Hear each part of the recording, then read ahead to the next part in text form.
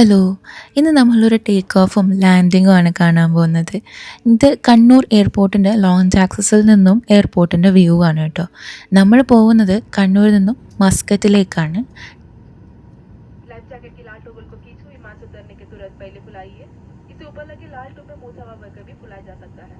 बच्चों के लिए केवल एक ही टॉगल खींचे। ഫ്ലൈറ്റിൻ്റെ പകുതിയോളം കാലിയായിരുന്നു. എന്നാലും എനിക്ക് കിട്ടിയ സീറ്റ് എന്ന് പറയുന്നത് ഇതിൻ്റെ വാലിൻ്റെ അറ്റത്തുള്ള വിൻഡോ സീറ്റായിരുന്നു. പക്ഷേ എനിക്ക് അതിൻ്റെ അകത്ത് കംഫർട്ടബിൾ ആയിരുന്നു.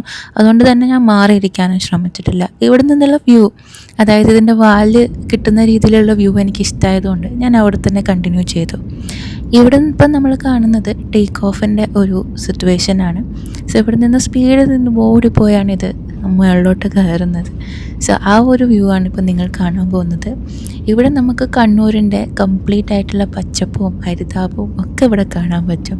ആൻഡ് ഈ ഒരു landing and take off video എടുക്കാൻ തീരുമാനിച്ചത് എന്താണെന്ന് വെച്ചാൽ, ആ ഒരു ഡിഫറൻസ് 3 hours ആണ് നമ്മളുടെ ഫ്ലൈറ്റ് വരുന്നത്. But there is A huge difference നമ്മൾ മേലെ നിന്ന് കാണുമ്പോൾ. ആ ഒരു ഡിഫറൻസ് നിങ്ങൾക്ക് കാണിച്ചു തരാൻ വേണ്ടിയിട്ടാണ് ഞാൻ ഈ ഒരു വീഡിയോ എടുക്കാൻ ശ്രമിച്ചിട്ടുള്ളത്. ഇതിൻ്റെ ഗ്ലാസ് അത്രക്കും ക്ലീൻ അല്ല, അതുകൊണ്ട് ഇത്രേ കാണാൻ പറ്റുന്നുള്ളൂ.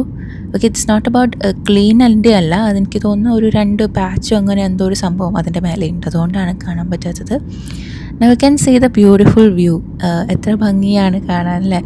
ഇതാണ് നമ്മളുടെ കണ്ണൂരിൻ്റെ ഈ സ്കൈ വ്യൂ ഇപ്പം നമുക്ക് കാണാൻ പറ്റും. ഒറ്റയ്ക്ക് ട്രാവൽ ചെയ്യുന്നത് ഒരിക്കലും എനിക്കൊരു പേടിയുള്ള ആക്ടിവിറ്റി അല്ല.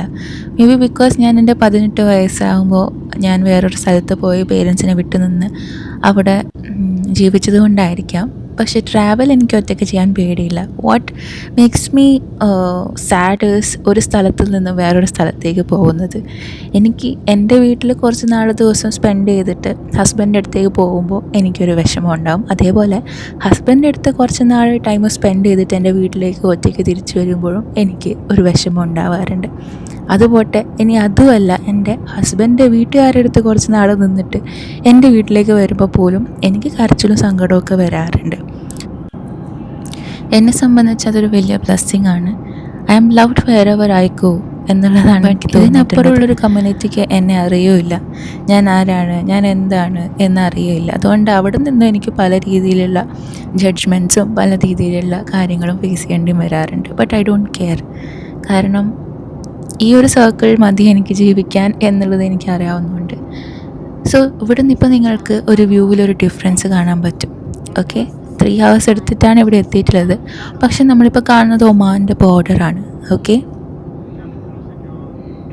ഈ ഒരു മലയും ഈ ഒരു മണ്ണിൻ്റെ കളറാണ് ഈ ഫുൾ ഏരിയക്ക്. സോ നിങ്ങൾക്ക് as we go in deeper നിങ്ങൾക്ക് കുറച്ചുകൂടി കാണാൻ പറ്റും. മലയാണ് ഒമാനിൽ കൂടുതൽ. ഡെസേർട്ട്സ് വളരെ കുറവാണ്, ഉണ്ട്, പക്ഷേങ്കിൽ വളരെ കുറവാണ് ഡെസേർട്ട് ഏരിയ. മലയാണ് കൂടുതലും ഒമാനിലുള്ളത്. സോ നമ്മൾ കണ്ണൂരിൽ it was around 25 degree Celsius. നല്ല മഴയുള്ളൊരു ടൈമായിരുന്നു. അവിടെ നിന്ന് നമ്മൾ ഇവിടത്തേക്ക് വരുന്ന സമയത്ത് here it is 42 degree 45 degree, അത്രയും ചൂടാണ്. സോ ഇവിടുത്തെ വേറൊരു പ്രത്യേകത എന്ന് പറഞ്ഞാൽ, ഇവിടുത്തെ buildings they are build like ഒരുപോലെ സിമിലർ ആയിട്ടുള്ളൊരു കളർ മെയിൻറ്റെയിൻ ചെയ്യണമെന്നുണ്ട്. അതായത് വൈറ്റ് പിന്നെ സാൻഡിൻ്റെ കളർ, ആ ഒരു കളറ് എല്ലാ ബിൽഡിങ്സിനും മെയിൻറ്റെയിൻ ചെയ്യണം എന്നൊരു റൂളുണ്ട്. അതേപോലെ ഇവിടുത്തെ സുൽത്താൻ്റെ പിക്ചേഴ്സ് എല്ലാ ബിൽഡിങ്സിലും വെക്കണം എന്നുള്ളൊരു റൂളും ഇവിടെ ഉണ്ട്. ഓക്കെ, ഇവിടെ നിന്ന് നമുക്കിപ്പോൾ ഇവിടെ കാണാം, ഇതൊക്കെ റോഡ് പോകുന്ന വഴികളാണ് കേട്ടോ. സോ ഇത് എത്ര ബ്യൂട്ടിഫുള്ളായിട്ടാണ് അവർ ചെയ്തിരിക്കുന്നത് നമുക്ക് ഇവിടെ നിന്ന് ഇപ്പോൾ കാണാൻ പറ്റും.